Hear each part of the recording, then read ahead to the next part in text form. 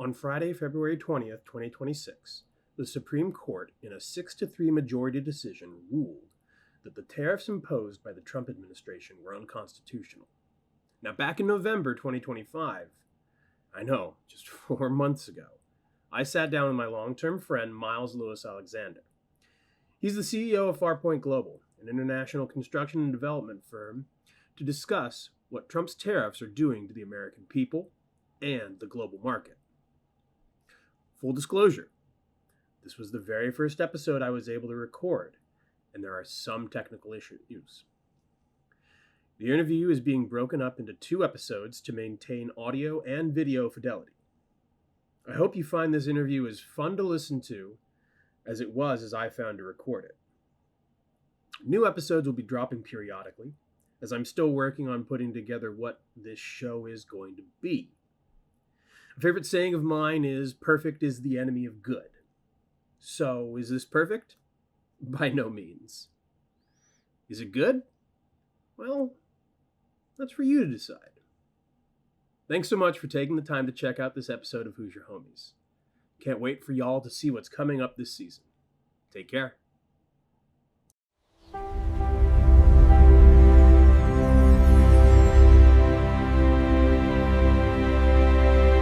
I'm here with Myles Lewis Alexander, CEO of Farpoint Global.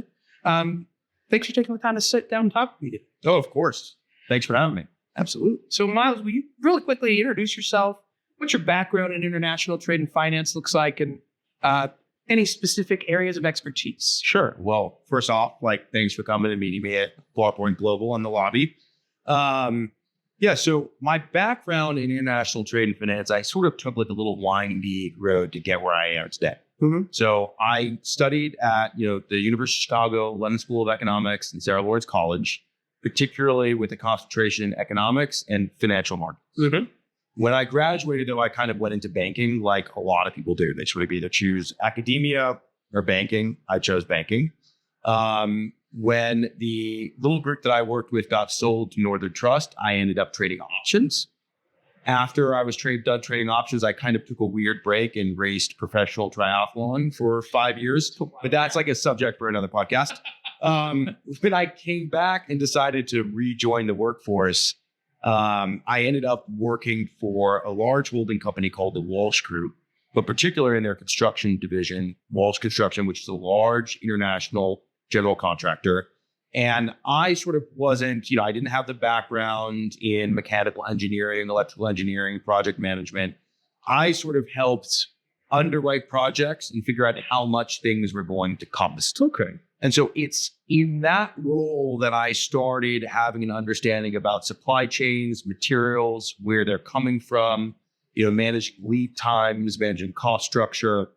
And so that was sort of where international trade started to bridge with my more standard, background in finance. Got it. I did that for a while. I did that for maybe 6-7 years.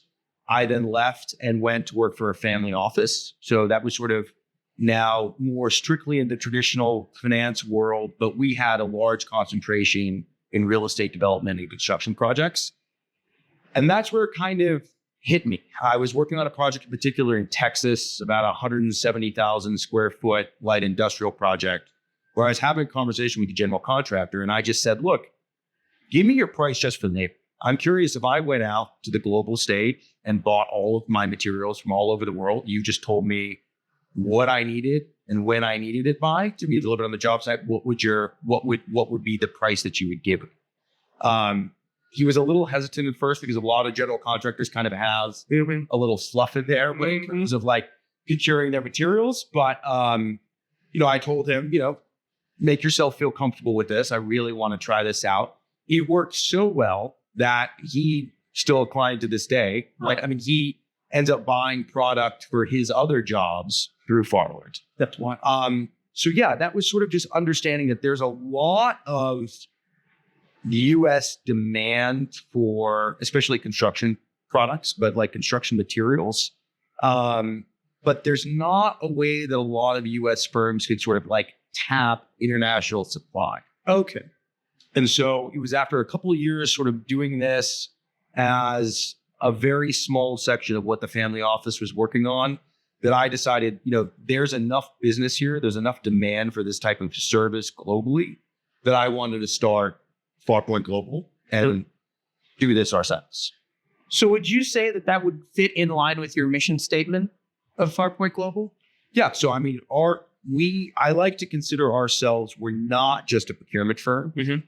We are a market maker in the material supply space, meaning we are connecting international supply with international demand and actually creating a market that is not highly opaque like it stands now. There's a lot of price transparency, a lot of schedule transparency, so that whether it's developers that are like trying to build the buildings that you see around us here, or whether it's a manufacturer who's just looking for like raw inputs to make whatever it is that they make, that they can sort of like understand really what the quality is, what the lead time is, what the material is, and have a sense of like price transparency like there is almost in like global equities. Okay.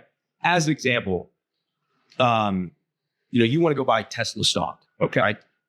Come tomorrow morning, taping on a Sunday, you're in our office, but come tomorrow morning when the market's open, you know exactly what the bid and the ask is for a single share of Tesla stock. Okay.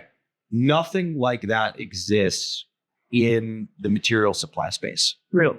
So, when I was at Walsh and we were looking to price out a high rise like we're in now, right? It would take weeks of people counting quantities, literally making phone calls to manufacturers, to suppliers, to vendors, to subcontractors to try and figure out what an aluminum extrusion should be for curtain wall. Okay. And that's a very long process. It's a very opaque process in which margins fluctuate from 5% to 150%. And so my idea was with Farpoint's mission being a market maker is giving our clients on both buy and supply side that level of transparency for what they're trading. Okay. Well, and I love that you actually brought up the idea of margins, because on your social media accounts, particularly on YouTube, you sign off a lot of your videos, almost all of them, I think, with the phrase, your margins will thank you. Now, I frankly think that that's a great sound. Was that something that you just came up with on your own? Was it workshop? Like, how did it come? No, it wasn't. It wasn't workshopped. I've got a great colleague, Young Shin. He's our global head of business development and in charge of our South Korean supplier network. And he was sort of really pushing us to like do more content. Yeah. Because again, we sort of launched Farpoint into Liberation Day 1.0 and Trump's tariffs, which I'm sure we'll all get into. Yes. And so, he was sort of grilling me on camera for like sound bites. And I just thought of your margins will thank you at the end of one of the, 90-second sessions that he was trying to get me to practice on. Yeah. And, I started doing it. I reflected more on why I like it. And I think why it resonates with me, with the people at Farpoint and our clients, is that the proof will be in your margins. Okay. We are adding value to a project or to a transaction, right? Okay. I don't need to sell it, right? I mean, I famously tell our salespeople, like, it costs nothing to retain Farpoint services. Mm-hmm. We are definitely willing to like put a price to whatever material or product you're looking to trade. So it costs you nothing, and you will see in savings, including the fee that you end up paying to Farpoint. You'll see where and how we are adding value, and that's in your margin, and your margin itself. Well, thank you. Which is, again, brilliant. I'm glad you like it. I do. I really, I just, when I heard it the first time, I was like, that's pretty clever. Yeah. But let's turn to some of the other topics we were going to talk about. Right now, in 2025, where does the United States stand economically? That's big. It's a big question. So, the United States has been for a long time considered, the global superpower, both militarily and economically. I do think that the United States is still far and above the single global superpower when it comes to its military. That's for a variety of reasons. One is just the sheer amount of dollars that the United States has decided to allocate to military spending every year. Economically, I think we're in a more precarious point. And I think this is something that was like, I remember, in undergrad, sort of people talking about the United States and comparing it to China and comparing it to India, sort of economically, and sort of like whispers around, like, is our debt load too high? But those were really felt, at least back then, to sort of be contrarian opinions to the general narrative here in the US. Mm-hmm. I think that's changing. I mean, I think what we've seen with the sort of second Trump administration is a lot of people that he sort of brought into his administration or sort of run parallel to his administration are sort of talking about our debt service, and that, what percent of our GDP just goes to servicing our existing debt. That I think we are on slightly shakier ground than we were 10, 15 years. Okay. Right. I mean, there's only so much you can push your deficit spending and your increase in debt. We have the benefit of being the reserve currency of the world, which means sort of like everyone still wants to buy our debt. Yeah. Although one of the signals that we're seeing about, where the 10-year treasury has been tracking over the past year, there's sort of been weakening in demand for our debt. But China is economically incredibly robust. Okay. They have built a very solid foundation. They are a command economy, which means they can, when they get into certain troubles, they have more tools at their disposal to try and right the economic ship. And, I think Trump what he has done right is identified that the debt is a problem. Mm-hmm. I would sort of disagree on some of the policy solutions that he has put forward to address that problem. Okay. And I think some of the policy decisions that he's making is actually they're actually not solving the problem. They're actually making the problem worse in some respects. So I guess to sum that up, we're still the biggest and baddest guys on the block militarily. Economically, we're probably still ahead of China, but I don't think by much. And my perception is that China is starting to close that gap. So you would say, and again, I know you don't have a crystal ball and you can't tell the future, but like in the next 12, 24, 48 months, do you foresee China possibly overtaking our economy? So I think in that time horizon, I'm going to say no. Okay. I think there's a lot of geopolitical headwinds that are facing all economies. Mm-hmm. China is not immune to some of the problems that they've had in their real estate market, some of the issues that they're having with youth unemployment, which sort of parallel what's going on here in the United States. Mm-hmm. So I don't think in 48 months, we're going to see sort of China by the numbers being vastly superior to the U.S. in terms of its the strength and resiliency of its economy. But what it does seem is like China's growth is still on an upwards trajectory. Now, the rate of growth has slowed down. Mm-hmm. But that sort of tracks naturally when you look at sort of emerging economies as they become more and more stable. That sheer rate of growth tends to slow down. But the U.S. growth curve does not look great. Okay. Right. And I think thank God we just got done with a government shutdown. Yes. But we have persistent inflation.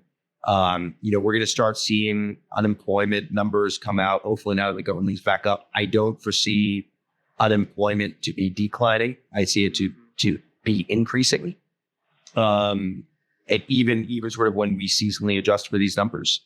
So, I would say if we don't, my guess, if I had to, mm-hmm. if we don't take a hard look at what our economic policies are here in the States, I would say in 5 years, we might be equal. And in 10 years, we might be surpassed. It kind of, So then, speaking of inflation and inflation cycles, what roles do tariffs play in inflation cycles? Or do they? Oh, no. So, this is funny because, I talk a lot with clients about inflation and of course tariffs. And, I'm sort of like forever online and tracking what the administration and sort of their people are sort of saying online. And there was a thing going around that like what Nick was saying and Peter Navarro that tariffs are not inflationary.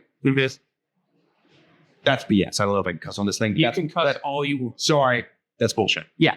Right. When you raise prices on something, the price tends to go up. Yeah. Now I know that might be, a simplistic explanation of what inflation is and how prices function. But when you increase prices, the prices of things go up. Yep. So tariffs 100% are inflation. And we actually this week saw sort of like a little crack in the Trump tariff and its link to inflation and prices narrative. With Bessent came out on an interview. I forget what news channel it was, but saying that they were going to like lower tariffs on coffee, lower tariffs on bananas and other imported fruits to try and bring down prices. So like you are admitting that your tariffs cause an increase in prices on those three things. Mm-hmm. And so you're going to like lower the tariff to try and bring those prices down. That makes complete sense. So yes, tariffs are inflation. So it doesn't, sort of when Trump came into office and being faced with sort of persistent inflation from some of the, overspending that we had in the COVID years, raising tariffs, across all goods, across all countries, that just causes prices to go up. Yeah. If he really wanted to start reining in cost, he has the power right now to just get rid of all the tariffs. Mm-hmm. And that would, almost immediately start affecting business. So let me just say Forkwood on a daily basis is pricing product for our clients. Mm-hmm. Now, my sort of area of specialty that I sort of handle personally is usually in the construction space. And so we're always sort of calculating price per square foot on certain things. Yeah. The tariffs have a real hard impact. On Friday, I was pricing out fire-rated doors coming from China for a developer. Mm-hmm. The effective tariff rate was 90%. Okay, it's 90%. Break that down. Right. So I get say a fire door costs $100. Okay. Right. I'm paying $90 to the federal government to bring those fire doors into the United States. On top of the already 100? So the 100, I just pay the factory. Okay. So the factory gives me a price. It's like shopping for anything, right? They give you a price and it's $100 for the products. Mm-hmm. So if we say it's $100 per unit, I have a tariff rate from the U.S. government at 90%. Okay. Right? Which means when I sort of like bring that product into the United States, I get like a literal bill from the federal government, from customs, that says, okay, you owe me $90 on this $100 item. I pass that cost on to my client, right?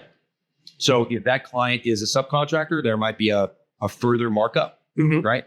If it's a developer and he's sort of looking at, his or her price per square foot in totality for a building, I mean, he's going to adjust his sale price on the condo for his lease cost, if it's like an office space or whatever, right? That gets passed on to the customer. If Monday, all of a sudden that dropped to $50, that savings immediately gets passed on to my client, who passes it on, in theory, right, to his sort of like end user. So, yeah, I mean, tariffs just cause prices to go up. They make things more expensive. Just a fact of life. Yeah. Well, and so we've already defined what a tariff is, but I do want to go back and actually ask the question explicitly and have you sort of explain it down, but you've already sort of done that. I just want to see, maybe like a comparison between. All right. So what is a tariff? Explain it like you would somebody who is completely ignorant of any basic concept. So again, I don't really care what Peter Navarro, Scott Bessent, and Howard Lutnick and Donald Trump say. Tariff is a tax. Mm-hmm. It has always. So tariffs are also, let me back way. Okay. The sort of concept of a tariff has been around for 4,000 years. Right? Okay. Whether it's the Roman Empire, the Greek Empire, China, empires and groups would charge fees based on the value of a product that was moving through its countries. So this is not a new thing. It's not new to the United States. It's not new to the modern economy. It is one of the oldest forms of taxation. Would you say that it would almost be as old as the concept of money? Yeah. Or older? I think the minute you start having different places trading with each other geographically, there has been this concept of tariffs, right? Yeah. Right. Yes. That the overall structure needs to charge a fee that is usually a percent based on the value of the product to help either support infrastructure or other sort of spending that society is doing. The other thing that it also did was it also helped protect domestic manufacturers or suppliers of things. If we're going back 4,000 years, it could be domestic agricultural products, it's like that sort of the powers that be thought it was important to have some sort of presence within its geographical field. Yeah. But tariffs have been around for thousands and thousands of years, right? The tariffs are a tax. It's a tax because, especially if we just look at modern how a tariff works, is if I go out and buy product from China, it costs me $100, $100 US in Japan. I pay the Chinese counterparty $100. Okay, right?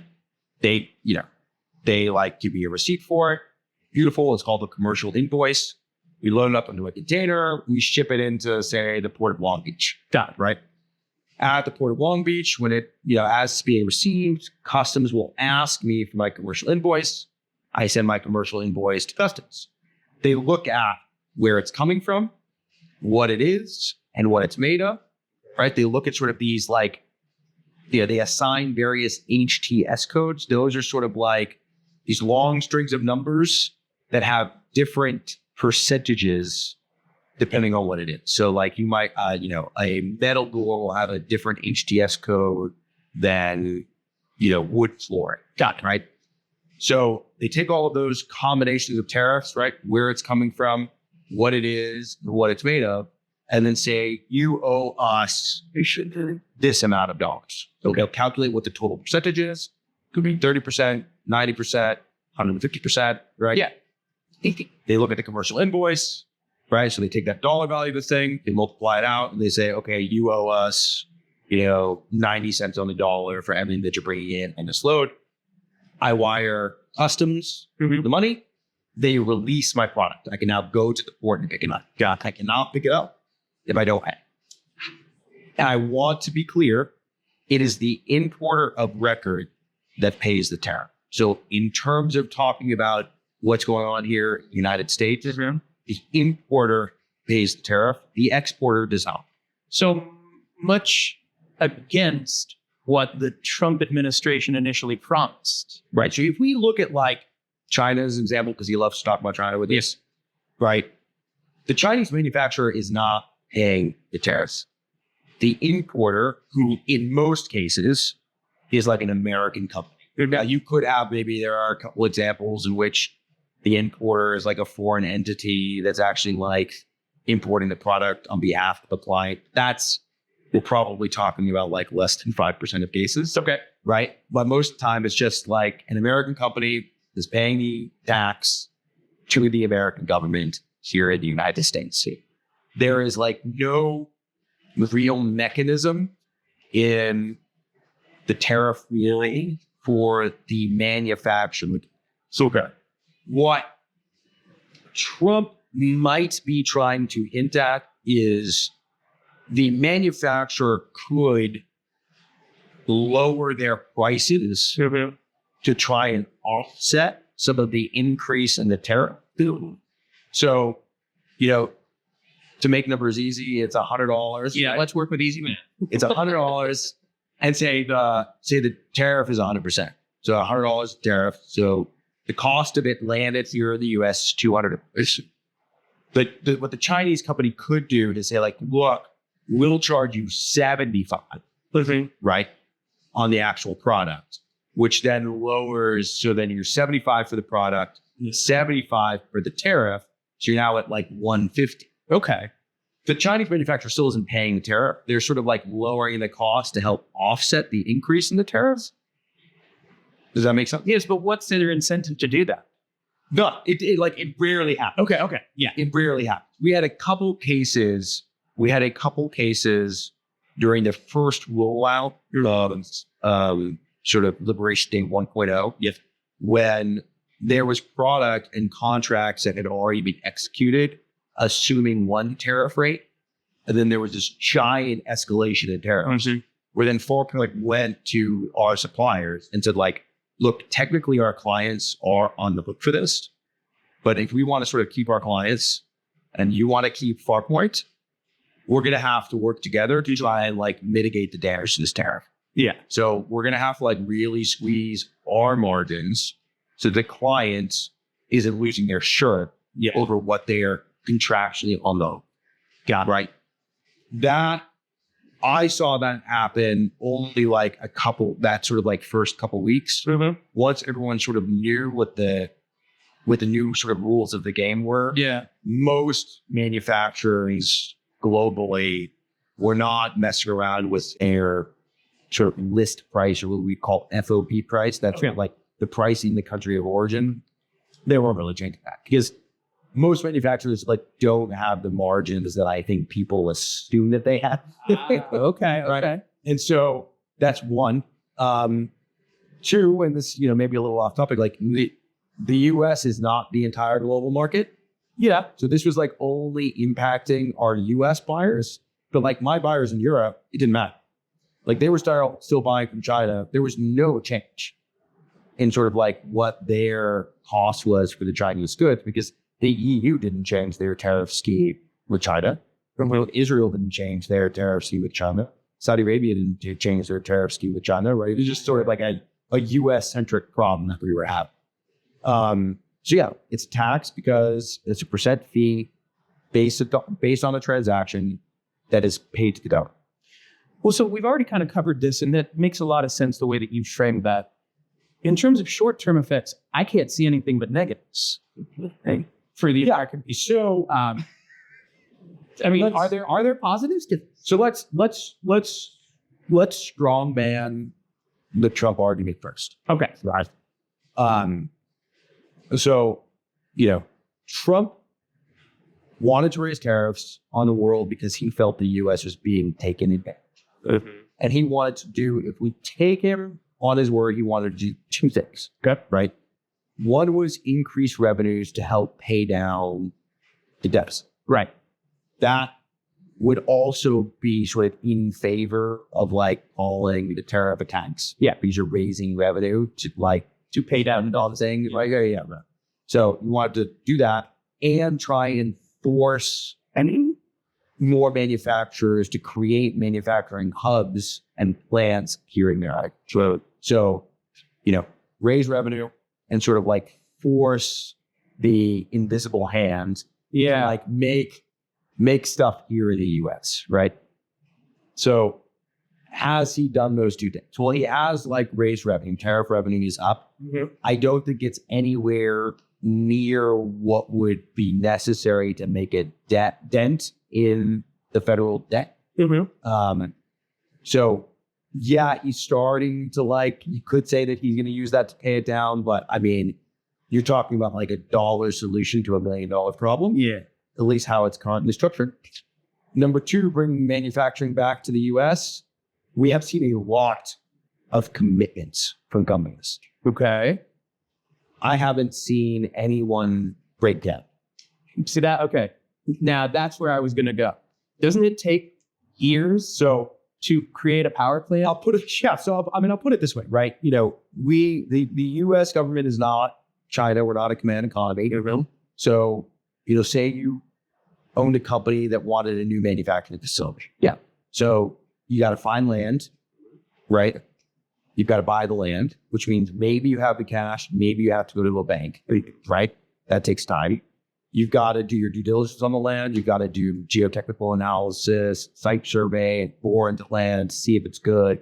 You had to finally go to the first land.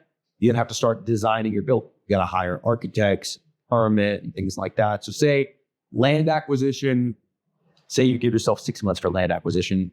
Say you have the cash on hand, so you don't have to do a debt raise. Designing a manufacturing facility, if you pay a top-notch firm to do it, maybe 12 months to get the design. Permitting, maybe 12 to 18 months. Construction, 18 to 24 months. If it's a manufacturing facility, then you have to order your machines and everything like that. Is one of the things that Farpoint does. We trade custom CNC machinery and things like that for our clients.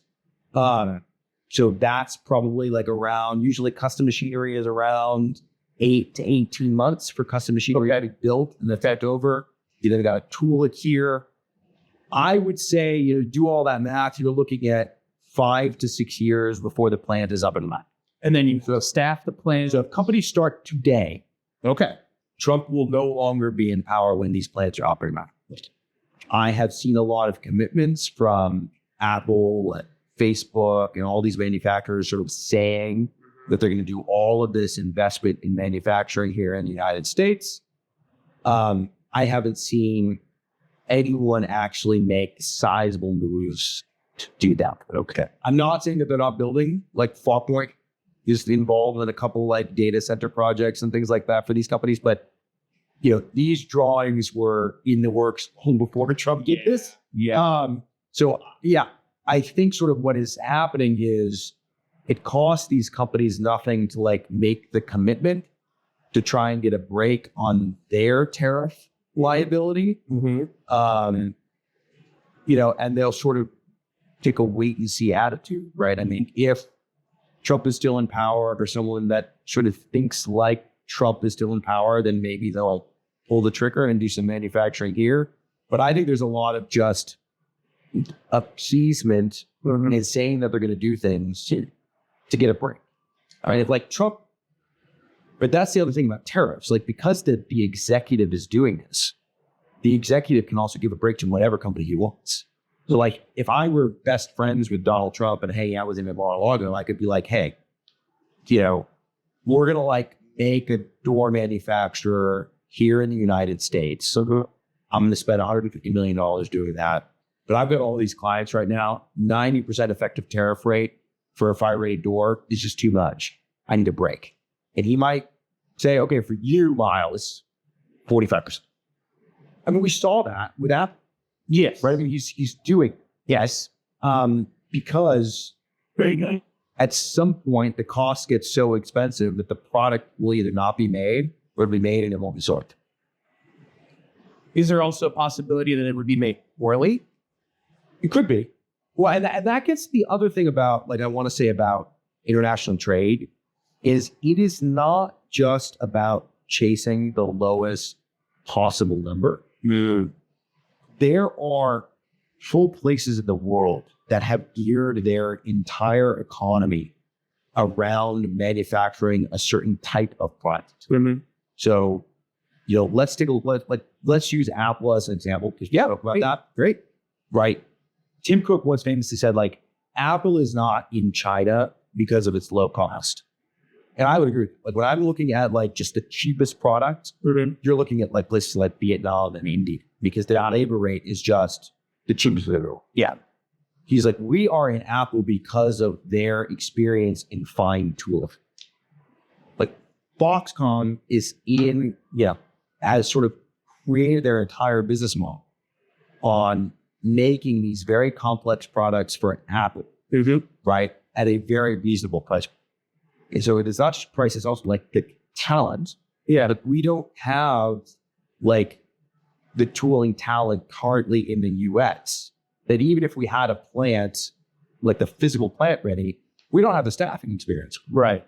You need to spend millions and millions and millions and millions of dollars training a workforce to know how to like make an iPhone, which takes more and more time. which also takes more and more time, right? So it's not just a matter of like having the physical plant here. It's also just the knowledge and the entire system around manufacturing a particular item. Yeah. Which is very difficult to sort of just pick up from one country and place it in another. Yeah. And so this just happens locally, like just not just with iPhones. You have it with textiles, you have it with battery plants, you have it with, rare earths are a great example.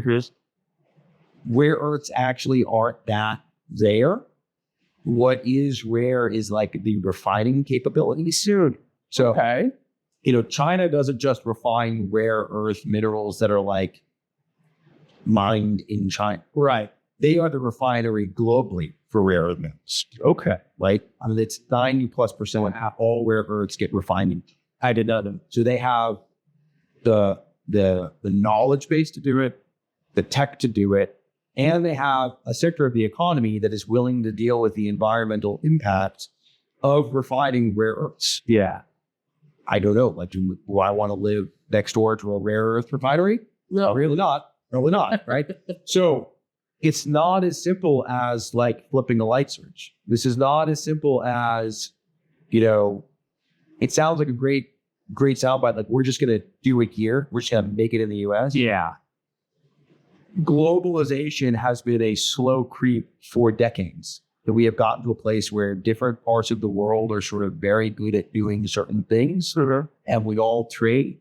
And the idea being that for the majority of global economies, access to the global markets has just increased quality of life on the aggregate. Okay, I know we can find examples of where globalization has harmed certain sectors. We can see it. We can look at the United States, look at Detroit, as sort of like pinpoint.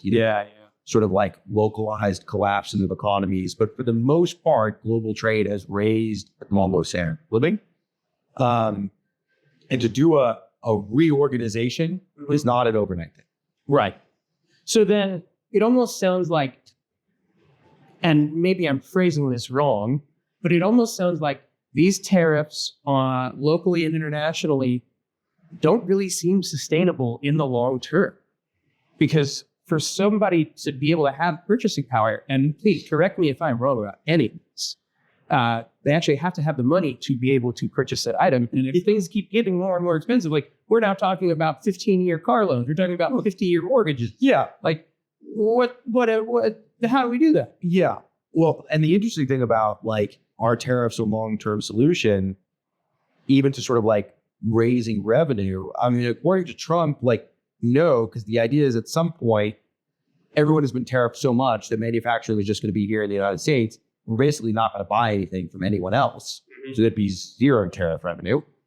But no, like you cannot keep increasing tariffs because the economy will not. That is the reason why Trump this past week has lowered tariffs on coffee. Right? Like, so let's take coffee as a great example. Absolutely. We don't have the climate in the United States, probably for the exception of like Hawaii, but there's not a lot of land in Hawaii, right, to actually grow coffee. Yeah. We should can it. Right. But it's one of, we don't have it. But every American, almost every American like drinks it. Yeah. I got my cup over there. Yeah. So, I think what they realize is like, there's definitely no argument that can be made that we're going to start like growing and making our own coffee here in the US to meet US demand. So he's like, okay, that doesn't work. We're going to lower tariffs because the price of coffee is skyrocketing, right? Same thing with beef. Yeah. Right. Same thing with bananas, like imported fruits, right? There are just some things that the American consumer wants and desires and has become accustomed to at a certain price point, and raising that cost is just unsustainable. I want to give you an example. I was in Guangzhou a couple months ago at a dinner with some clients of mine and a couple other firms that kind of function like Farpoint, but there's really a base in Europe, right? And we were talking about, the subject was like Trump tariffs and everything like that. It was a bunch of very well off international traders all talking about, well, like really, like what's the big deal? Like I think, the consumer can sort of like afford, to pay this amount more for their watch or this amount more for their loafers or things like that. And I said, like, you guys sound drastically out of touch with where I think the average American consumer is. Okay. I want you to picture the single mom living here in Chicago. It's back to school season. She goes to Payless. Yeah. She's used to spending not $1,000 on some loafers, but 25, $30 on sneakers for her. Yeah, right. Because of the tariffs, right? That pair of sneakers, right, is now 50 yards. Yeah. She probably barely had the money for it when it was 25 or $30. Yeah. Now she definitely doesn't have it at 50. So she puts it on her credit card to hope to pay it off at a later date, where she probably never will pay it off, and she'll like continue to pay sky high interest rate on those shoes. Yeah. Yeah. That's the effects the tariffs are having and will continue to have if we continue to leave these sky high tariffs he picks. Yeah. It is not that like Trump and his buddies can't afford to pay more for their Rolex watch. Right. Right.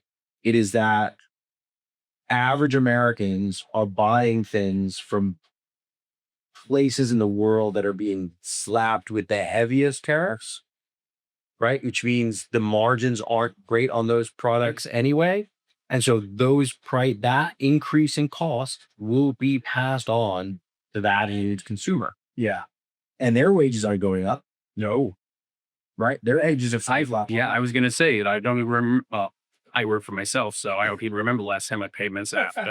Anyway. Right. So, this has like real consequences with like real Americans. It's not just Farpoint talking to some developer worth $500 million on the luxury high rise. Right. It's, it is like the sneakers, it's the underwear, it's the socks, it's the toothpaste, it's the bananas, the coffee, it's everything. Yeah. I mean, we used to pack our oldest daughter's lunch, but then it actually became more sustainable for her to buy school lunch. Yeah, where we send her, just because that's a flat thing. Yeah, and there's some like cost control, but the taxpayer is gonna like take that hit, and someone's paying for it. Well, yeah, you're paying for it in your taxes. Yeah, oh, absolutely. But like yeah, it's just even I want to sort of say even in my industry, like I'm never really. Yeah, I'm sorry to my clients that are listening to this that are like very wealthy and building buildings. Like, I'm sorry about the stress that tariffs have had on prices and top of the bank and trying to explain to investors why the cost of a building has gone up 30% or something like that. But what scares me is in a world with persistently high tariffs and persistently high interest rates, a slowdown in construction. Because these developers, if tariffs are still really high and they're on again, off again, they're going to complete this project and they're going to sit on the sidelines for a while. Oh, well, yeah. When the developers sit on the sidelines, that means buildings don't get built. That means the carpenter that's installing the cabinets doesn't have a job, which means like he's not going out to eat. He's not buying a new truck. Him not buying a new truck or not going out to eat. His restaurants slow down. Waiters get fired. Busboys get fired. The Ford dealership lays off some sales guys, right? And you just start seeing the trickle effect, throughout the economy of a completely self-inflicted wound of jacking up prices overnight. So then I guess the answer to that question is these tariffs ultimately aren't really working for the average American. Oh, they completely don't work for the average. Yeah. Oh, and completely don't work. Okay. And it's sad really that, I think a lot of people that voted for Trump believe Trump when he was saying like other countries will pay for it. If the US was the market and you were like, look, we want to raise some more revenue so we can give more money to schools and redo some of our crumbling infrastructure. And so what we're going to do is like, if China wants to sell its goods into the United States, the Chinese government, the Chinese taxpayer is going to end up paying for the privilege of selling into the US. Yeah. There is no mechanism to do that. Right. The tariff is just mom and pop companies to big companies pay more for their cost of goods sold. Yep. Which over a long enough time horizon will be passed on to the consumer. We are just still, I think, in a period here where we haven't seen all of the pass-through. Yeah. Right. Like, to bring it back earlier to our conversation, we were talking about like the Tesla stock. You can see in real time, second by second, the price fluctuate. Right. Right. It's a highly liquid, highly transparent market with a lot of insight for price. A classic example that we talked about in LSE when we talked about like price stickiness was a restaurant. Okay. A menu. Okay. So, right, you think about like, a Caesar salad, right? The lettuce for that Caesar salad at the restaurant, right, probably fluctuates week to week from the restaurant supplies, right? So their produce cost, one week it's X, another week it's up 1%, down 1%, or 5%, right? But so long as we stay sort of within a certain band, the restaurateur isn't going to reprint all of their menus. Right. So they're just going to keep the Caesar salad at $12. Yeah, no matter like within a certain band, no matter where that like lettuce fluctuates. Right. Because the cost just to reprint all of their menus, excuse me, is just too expensive. Right. Yeah. Right. So I think we have a little bit of that when it comes to tariffs. You've got a lot of companies that, there's a significant cost and expense in repricing, right, the products and services that they're selling. Mm-hmm. And I think there's very real fear that if they're the only ones to raise the price, they'll lose market share. So I think, we talked about the taco train a lot sort of over the summer. Yeah. Trump always chickens out. I think a lot of companies were like, look, let's take the short-term hit, right? And we'll wait because these tariffs don't make any sense. These tariffs are going to go away. So we'll take the hit over a month or two period, keep our prices the same, sell off sort of like our existing inventory, and then we'll revisit in a couple months. Okay. So I think there are industries and companies that if the tariffs stay where they are, will eventually pass that price through. I just want to really get a clear idea of who is benefiting from these tariffs. That's a great question. And not to be too much of a conspiracy theorist, well, let me break it down into a couple different classes of people, I guess, right? Okay. So one, you've got your American manufacturer is bad. Right now, I don't know if they have my argument would be that they don't have the manufacturing capacity to really take advantage of the new influx in demand for domestic products. Because let's be clear, it's not that people are not buying from overseas, otherwise far pulling to be out of business. At least in the US, we got to close this office down. But it's not that people aren't buying from overseas, it's that people are a little more worried about the volatility of pricing for purchase proposals. So they're taking a look and saying, you know what, I might be willing to pay 10, 15, 20% more for the guarantee that the price is going to be what the price is going to be when I sign the contract, right? But there's too much demand for American manufacturing to actually reach. Got it. But I think a lot of these manufacturers are probably having very good years. They're probably very happy, right, that they don't have to compete against global manufacture, right? So they're benefiting. I think you've got a lot of volatility traders on Wall Street that are sort of on the global Wall Street that are benefiting, right? I mean, Trump sort of comes out, he announces sky high tariffs or whatever this policy is, the market tanks. Trump then says, now would be a great time to buy. People buy, they ride it up. He crashes again, they sell on the way down, they buy on the way up. And I think a lot of people are doing, right? We talked about sort of a lot about the taco trade over the summer. Trump always chickens out. Eating people are thinking to themselves, okay, this is going to be a cycle. And if I time it right, sort of on the fluctuations within the equity markets, I can pick up some really great returns. So that's person type 2. Okay. The architects, I think, of this policy are also, of course, benefiting from this policy. And the architects are, they're the people that are into it for the political win. But more than that, I think you have a lot of people sort of in Silicon Valley and VC guys that have put a lot of money into robotics manufacturing. Mm-hmm. And I think what they're hoping is that the tariffs make it unsustainable for U.S. demand to be so reliant on foreign markets for manufacturing products. Okay. That with advancements in AI and robotics, manufacturing will come back to the States. But it's not going to deliver the jobs that I think a lot of the politicians are saying. Okay. Those jobs are going to be staffed by robots. And let me give you like a concrete example. Please. Right. Last time I was in Asia, I was touring a steel manufacturing plant. Mm-hmm. And I was there with a CEO client of a decent sized steel manufacturer. I could do about like $100 million a year in business, right?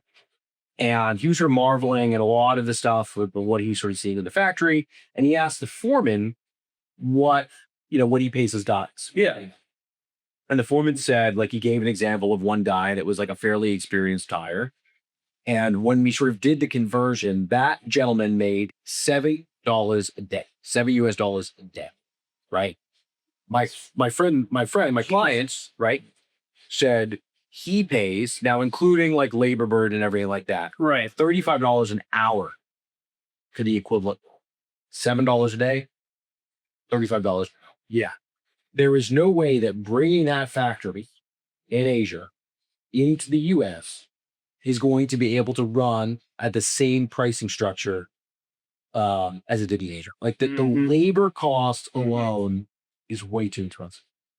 So I also don't think that we're going to all of a sudden be living in a US economy where your average Joe can pay for that increase for the same product. It's the same product, but now all of a sudden, the labor input is $7 a day, right? So say less than $1 an hour. Yeah, basically. To $35 an hour. And that's over a period of anywhere between 7 to, 12 hours a day. So I think what's going to happen for manufacturing that does come back to the United States, it is going to be staffed all by Marines.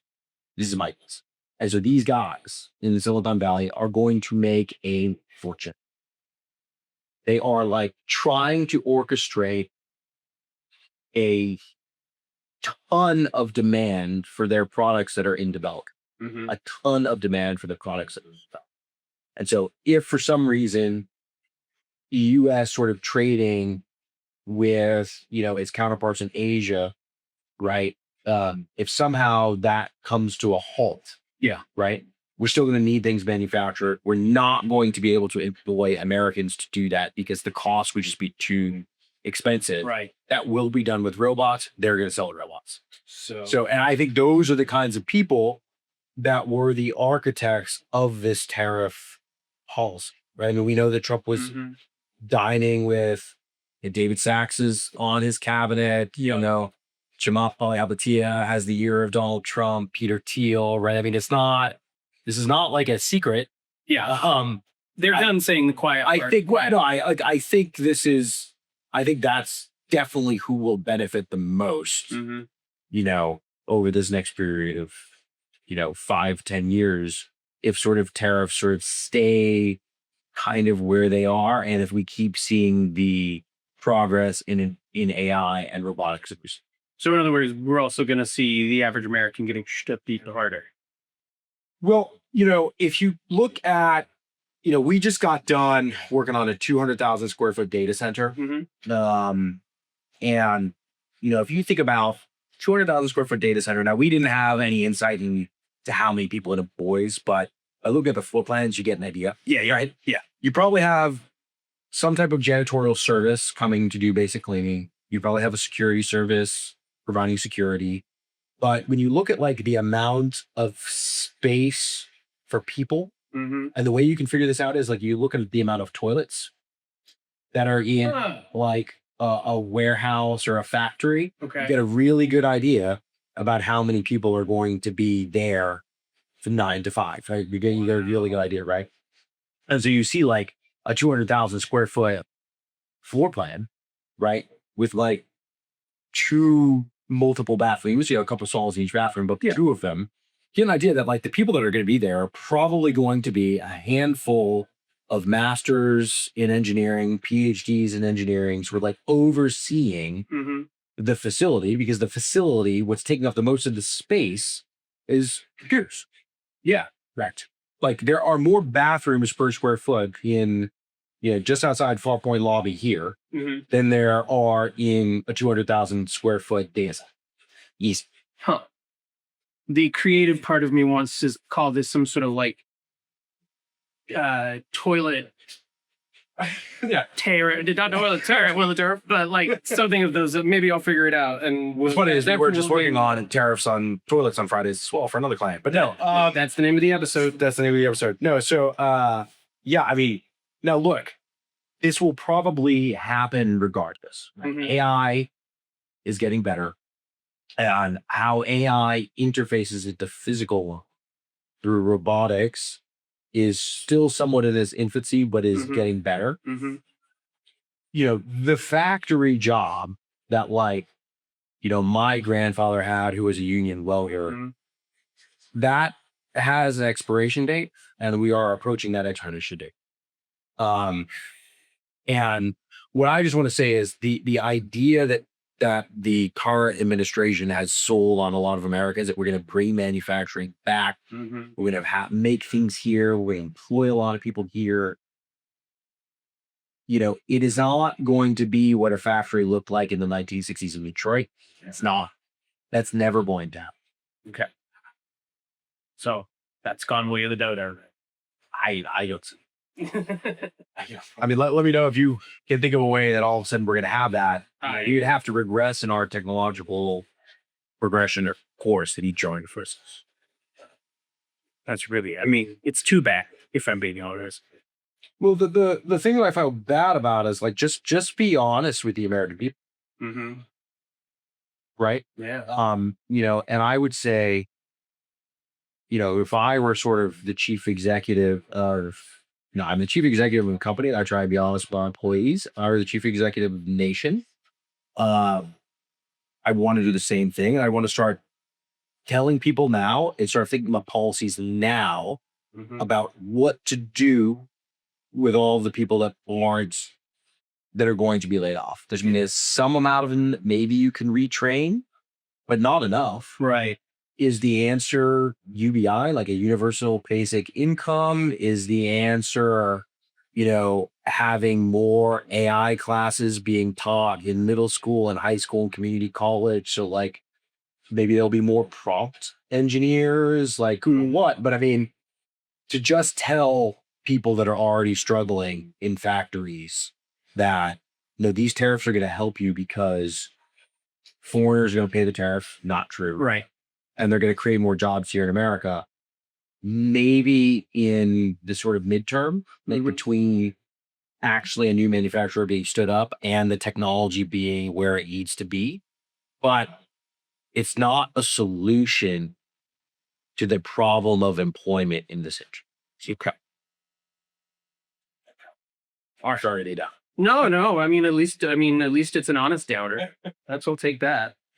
Okay, so on your channel, you've talked a little bit in the past few weeks about not only tariffs, but Trump and the Supreme Court of the United States. Yeah. So, based on the track records of the bench, right?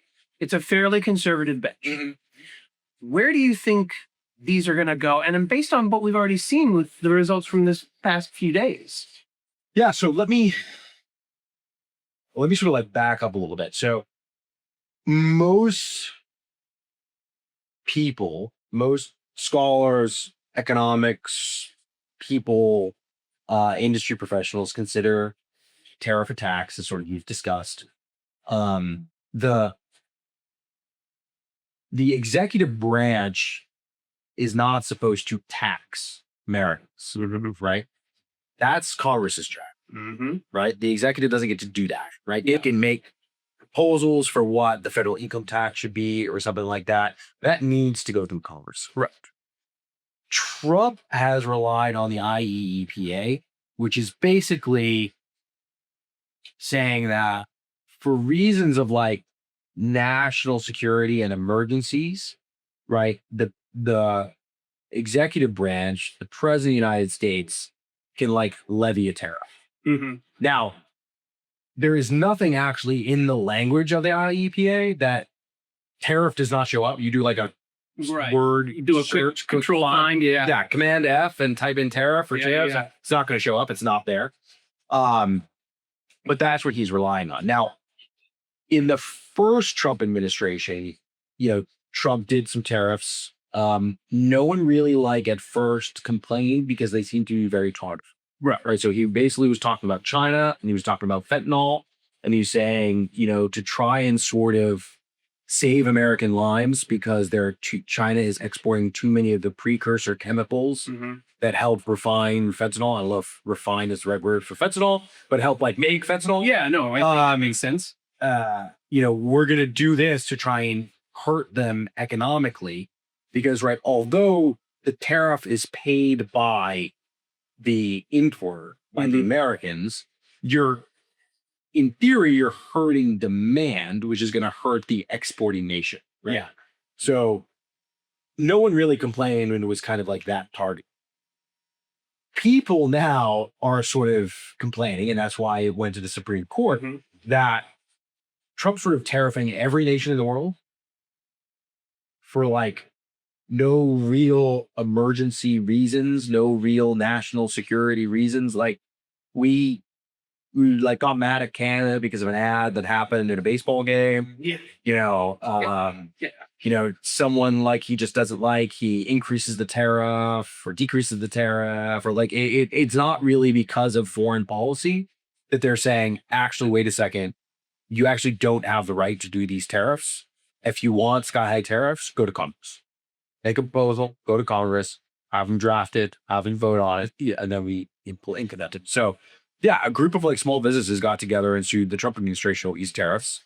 And we heard oral arguments. And although the court, I want to be careful here, and also like, I'm not a lawyer. Right. I'm not a Supreme Court expert.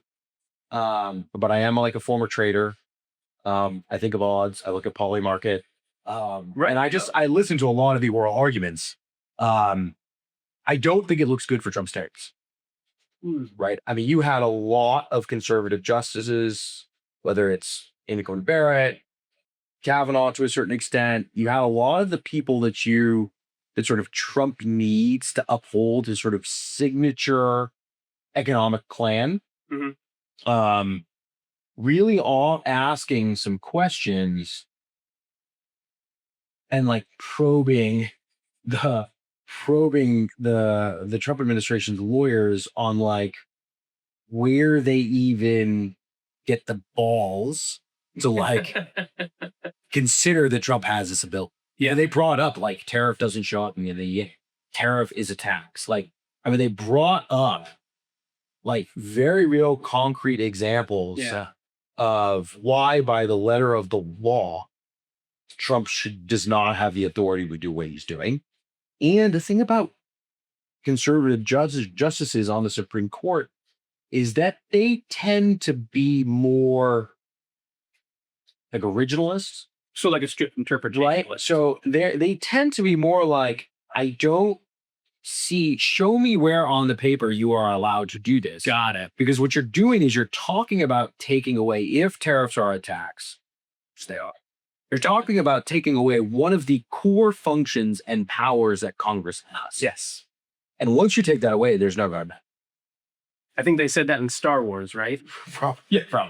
So, Star Wars, there was a lot of tariffs that retreat for us. I mean, oh, absolutely. I mean, episode 1 solved all these problems. So, no, I really, I think Polymarket has it at like a 60% chance that all of Trump's tariffs are deemed to be illegal. I think probably what we're going to see is we're going to have a couple different like little opinions come out. I think some of them are going to be deemed illegal. I think some, like I could see the fentanyl tariff staying in place, although it sort of will be tricky on how they say some tariffs are illegal because of the president can't do that, but the rest keep that. Right. But yeah, it does not look good for Trump's like signature economic plan right now. And you actually have like investors calling around, like Fall got their like third poll this week. They're buying off refund rights for tariffs, which is like this interesting thing. Yeah. You know, managers were like overpaying your taxes, like you get a refund back from the government. Yeah. Well, how it should work is if the tariffs are illegal, right? Federal government has to like refund that money back to the American citizens that paid tariff. Right. So can they? I mean, do they have the liquidity to do it? Well, I mean, federal government has like a lot of money. And I don't know if Trump can give everyone $2,000 fast enough. Yeah. Although I do think it is not a coincidence that he's talking about giving everyone $2,000 as like a tariff dividend, sort of after hearing how oral arguments lay out in the Supreme Court. But no, I mean, I think what he did with tariffs on aggregate is definitely legal. That needs to be handled in Congress. We of course hope that we get refunded. I do want to say there seems to be a disconnect. So Polymarket has like 60% for all tariffs being deemed illegal. Okay. Last time I checked, so it's not today. I remember it might have changed. But you know, we got quoted between 10 and 25 cents on the dollar for our refund. So what would that mean for you in terms of like just bring it? So what I'm saying is, although legal pundits are saying it is looking like the tariffs, all or a significant portion of them will be deemed illegal, the street is not very confident because they're only willing to give you 10 to 25 cents on the dollar. Oof.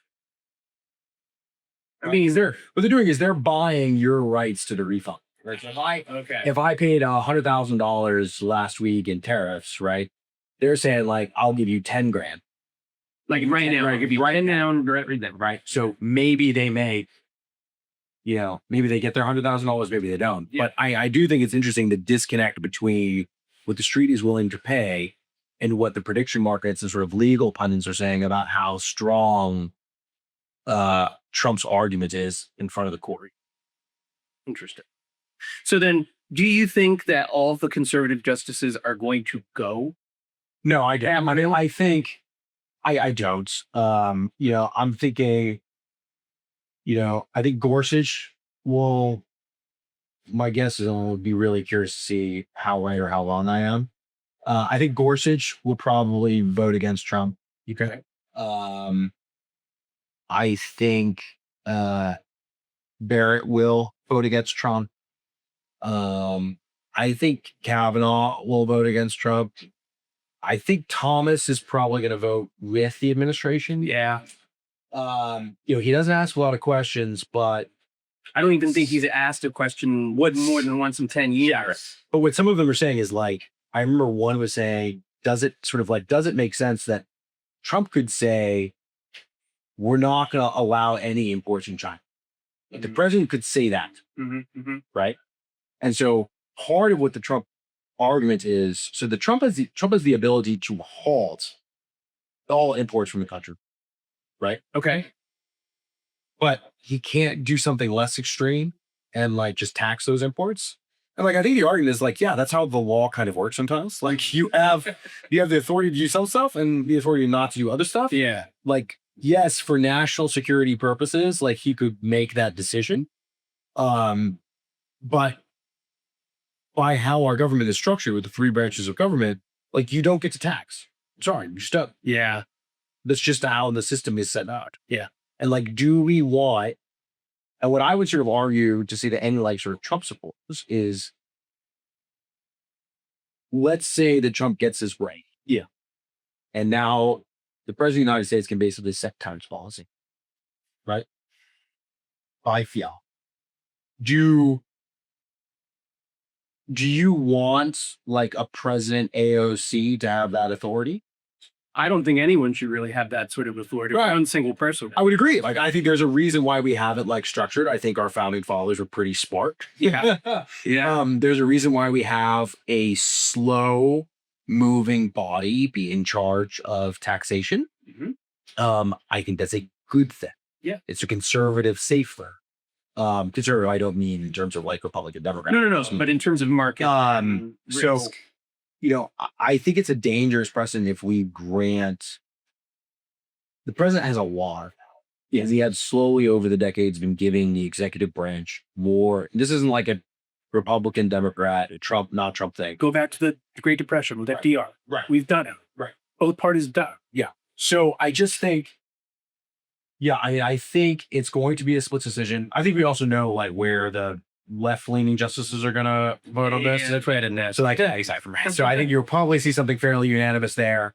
And I think you'll probably have one or two of the justices on the Republican side being forceful about leading some of the tariffs in place. And again, I can easily see the fentanyl tariff staying there. Yeah. They're going to want to give the president some type of power, maybe sort of like short term. So maybe they have to like, they can only, I could imagine saying something like, the president can do like a fentanyl tariff for like 90 days at a max cap of some percentage.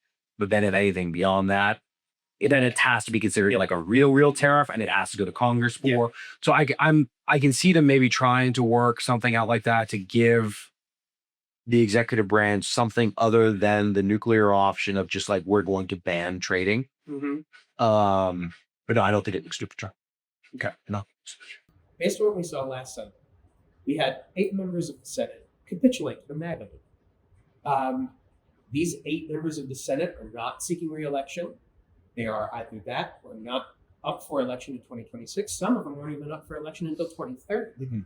So, it's pretty obvious that when citizens don't trust their government, the government progress begins to stall, if not seem to go backwards. So, this end of the shutdown, do you see this as a positive or a negative for the American people and the people who live here? You really put me on the spot here. So, at 4 Point, we got clients in the U.S. that are all on the political spectrum, right? So from your Uber MAGA guys to your AOC and Bernie Sanders Democrats, yes, even your Democratic Socialists still need to purchase stuff and are still capitalists in many respects. Yes. But what I want to say is, or at least how I want to start, is I think what we saw was a failure of negotiation, the negotiation principle. So, at 4 Point, I negotiate on a daily basis. There's a principle of negotiation called BATNA, right? Which is best alternative to a negotiated agreement. Okay. Right? And understanding your BATNA is critical when negotiating. And that's basically, in plain English, like, that's your fallback. Okay. Right? If we're negotiating, right? If I can't reach acceptable terms with you, what's my alternative? Okay. Do I have an alternative? Yeah. Right? Like, do I have another supplier? Do I have another client? Can I tell you to go like F yourself and storm out? Do I really need you for this thing? Yeah. Right? So understanding that is critical before you even begin your negotiations. Okay. Right? We take a lot of time before we have sort of like our final meetings around signing for a trade, figure out exactly how much leverage we have, where our leverage resides, right? So I think what we had from the Democrats was, it was a surprise because they came off of an election on a Tuesday, in which, man, they overperformed. I mean, it was one of those things where when I saw that, and I know I'm not the only one, but when I saw those numbers on Tuesday when they came out, like, well, how are they going to fuck this up? Yeah, so they overperformed. Yeah. Democrats overperformed, right? You had, all the polling data seemed to show that Republicans were sort of owning the shutdown. They were going to be blamed for it. Americans were really hurting, more missed paychecks. You had, nightmares at airports, right? I mean, it really seemed like Democrats were in a very strong position to stay firm on like getting those subsidies for the ACA. Yeah. And so I was like very shocked. But I think what they were, I don't think they actually thought to themselves before. I think what Schumer and leadership didn't think to themselves, like, what happens if Trump just says, fine, we'll leave it shut down. Yeah. Right. I think what they were like up against in Trump, and Trump runs a very tight ship. The Republican Party is, we got a little fraction right now with Marjorie Taylor Greene and some Epstein stuff, but at least in terms of like economic policy, they are like they are in lockstep with each other, right? Yeah. And so, I think he was willing to sort of like keep taking the hits, and part of him, I think, was also sort of like loving it. He gives him a chance to like fire a lot of people, slash budget spending, right? I mean, sort of like toy with just getting rid of departments that we figured were like deep state or Democrat departments, within the federal government. So I think he was willing to ride it out for much longer. And I think the Democrats were like, and they chickened out. Yeah. And they were like, oh crap. Like I've got, we're inflicting a lot of pain.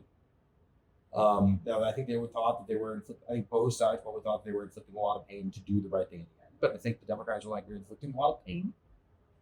We don't have a plan for if Trump just leaves it shut down. Mm-hmm. They got nothing. You had people go weeks without pay. Yep. Right? For nothing. I remember one time at LSC, we were given a statistic. I wish I remember the statistic, but someone can like look it up when they're watching this. And it's like, for every like increase in 0.1% in unemployment, it leads to X amount of deaths in the United States. Whoa. Right? People missing paychecks have real consequences. Right? There are many, many Americans, they live paycheck. They don't get paid. They can't pay rent. They get evicted. We were talking about slashing staff benefits, and this is like feeding kids. Yeah. And so you put Americans through all of that because you think it is the morally right thing to do to guarantee what they would argue is sort of like reasonably affordable health insurance, but you get nothing. I mean, they get like a promise for a vote. You can just vote it down or just not even hold it back. Yeah. They got nothing. No, exactly. No, I mean, it was a textbook example of how not to negotiate. I mean, yeah, that's basically what it seems like. I don't know how this is going to shake out. I mean, we're really going to have to sort of see with midterms how long people's memory are, how long people's memories are, sort of how health insurance premiums sort of shake out over the next couple of years or next year, right? But it was a surprise to me, right? That Schumer and leadership couldn't like pull it all together. Yeah, it just blew my mind of how like it almost felt like the people who directly report to him kind of went behind his back almost. Well, you had people like a Fetterman who, to his credit was like, he's like, I'm against shutting the government down. But his thing was like, we should never shut the government down, which I can sort of like respect that standpoint. We should never shut the government down. We should never shut the government down. Yeah. It just causes too much money. Yeah. It's something that we are not willing to do. But, to me, your job in leadership is to like hold the line. Fetterman was just Fetterman.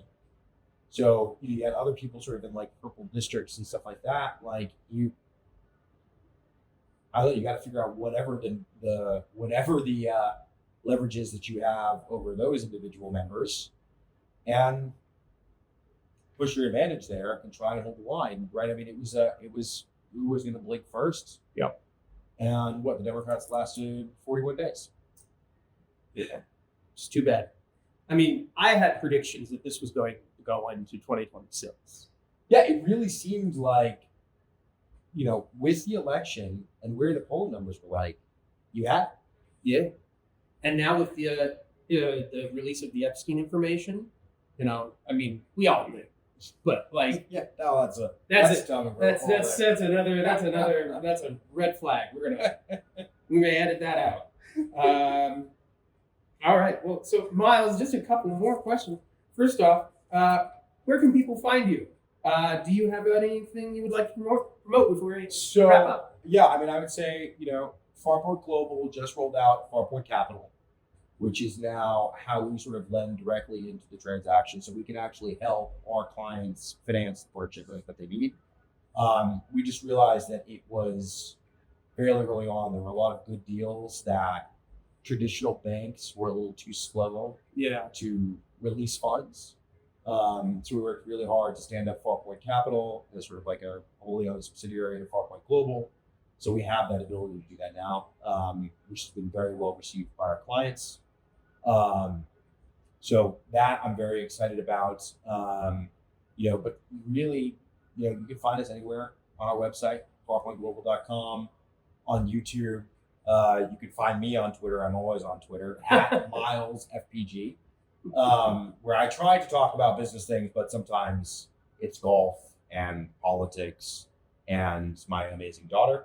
There you go. So, but honestly, we're not like a big law firm thing where we charge $20,000 to give us a call and ask me questions. If you have questions about your business, whether you're in construction, in the medical space, whether you just have an Etsy store and are looking for a t-shirt manufacturer in Vietnam to print cool logos, whether you're a condom company, a steel company, whatever, we run the gamut here at Farpoint. Feel free to reach out. You can find sort of general contact forms and stuff like that on our website, farpointglobal.com, and we'll have one of our associates or myself personally reach back out to you. Great. But no, we're really here to provide a service that is not available to the majority of American businesses, that really only the very massive companies that are doing billions and billions and billions of dollars of revenue a year sort of have access and the know-how to navigate the international markets.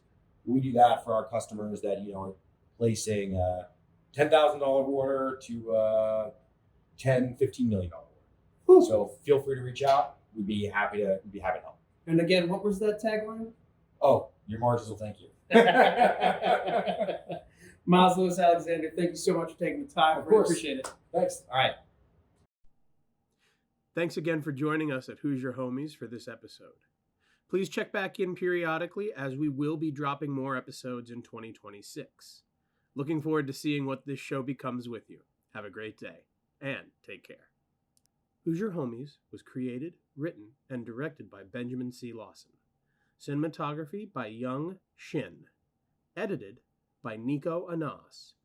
Special thanks to Myles Alexander, CEO of Farpoint Global. Hoosier Homies is a Black Hat, White Hat production, LLC.